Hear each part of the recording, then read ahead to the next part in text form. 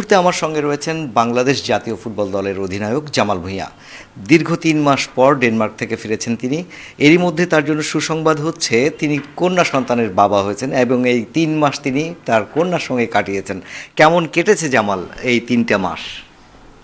ভালো ছিল, হ্যাঁ, আলহামদুলিল্লাহ। আমি একটা মেয়ে পাইছি, তো আমি খুব খুশি। জামাল, একটু জানতে চাইবো যে ৩ মাস ডেনমার্কে ছিলেন, এই সময়টা আসলে কিভাবে পার করেছেন? কোনো ক্লাবের সঙ্গে বা ট্রেনিং সেশনের সঙ্গে ছিলেন কিনা? আমি ডেনমার্কে একটা ক্লাবের সাথে ছিলাম, ওইখানে প্র্যাকটিস করছি, খেলছি। হামজার বাংলাদেশ দলের আগমনটা কিভাবে দেখছেন?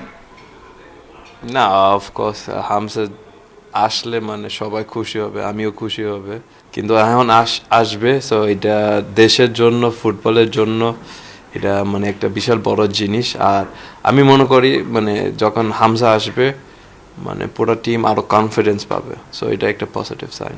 আপনি যদি দেখেন শ্রীলঙ্কা, ওরা অনেক বাইরের প্লেয়ার আনছে। তারপরে সবচেয়ে বেস্ট এক্সাম্পল হচ্ছে ইন্দোনেশিয়া। 2 বছর না 3 বছর আগে আমরা ইন্দোনেশিয়ার সাথে ড্র করছি। এখন এই সেম ইন্দোনেশিয়া টিম মানে সাউদির সাথে 2 গোল দিচ্ছে, তারপরে ড্র করছে সাউথ কোরিয়ার সাথে। তা ওরা অনেক চেঞ্জ করছে, তো আমরাও সেম করতে পারি।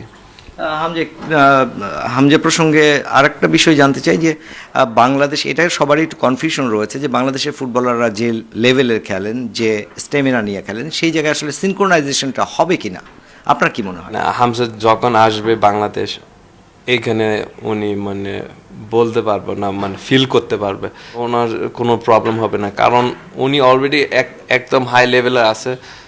সো বাংলাদেশের প্লেয়ার যারা আছে ওর সাথে অ্যাডপ্ট করবে। অফকোর্স উনি একটু বলবে মানে এটা করতে হবে, এটা করতে হবে, এটা অ্যাডজাস্ট করতে হবে, আর আমি মনে করব মানে হামসার মতন প্লেয়ার প্রবলেম ফেস করবে না।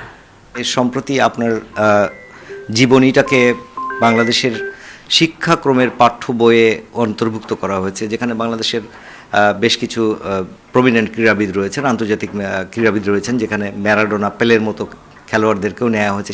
ঠিক সেই জায়গায় আপনার অবস্থানটা নিজে কিভাবে দেখছেন? সেই দিন আমি শুনছি, আমি তো তা সবাই আমাকে বলছে খুব প্রাউড আমরা, মানে এটা একটা বিশাল বড় জিনিস। তা আমি ওই সময় আমি জিজ্ঞেস করছি কি মানে কি আমি কি করছি, তা ওই সময় আমি শুনছি, তো এটা আমি তো খুব খুশি হয়েছি, কারণ এইটা আমার জন্য একটা ভালো আর একটা প্রাউড মোমেন্ট লাগছে।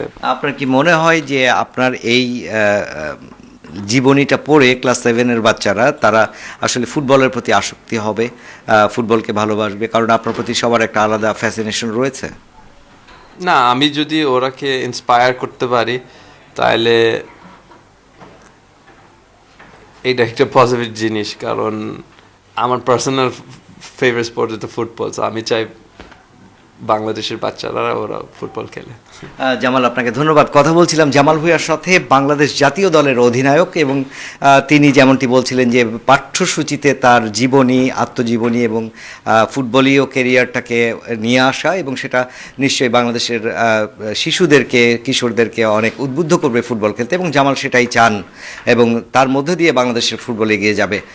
আমরাও সেই তেমনটাই প্রত্যাশা করি যে জামালদের মতো যারা আইডল রয়েছে তাদেরকে অনুসরণ করে বাংলাদেশের শিশু কিশোররা বাংলাদেশের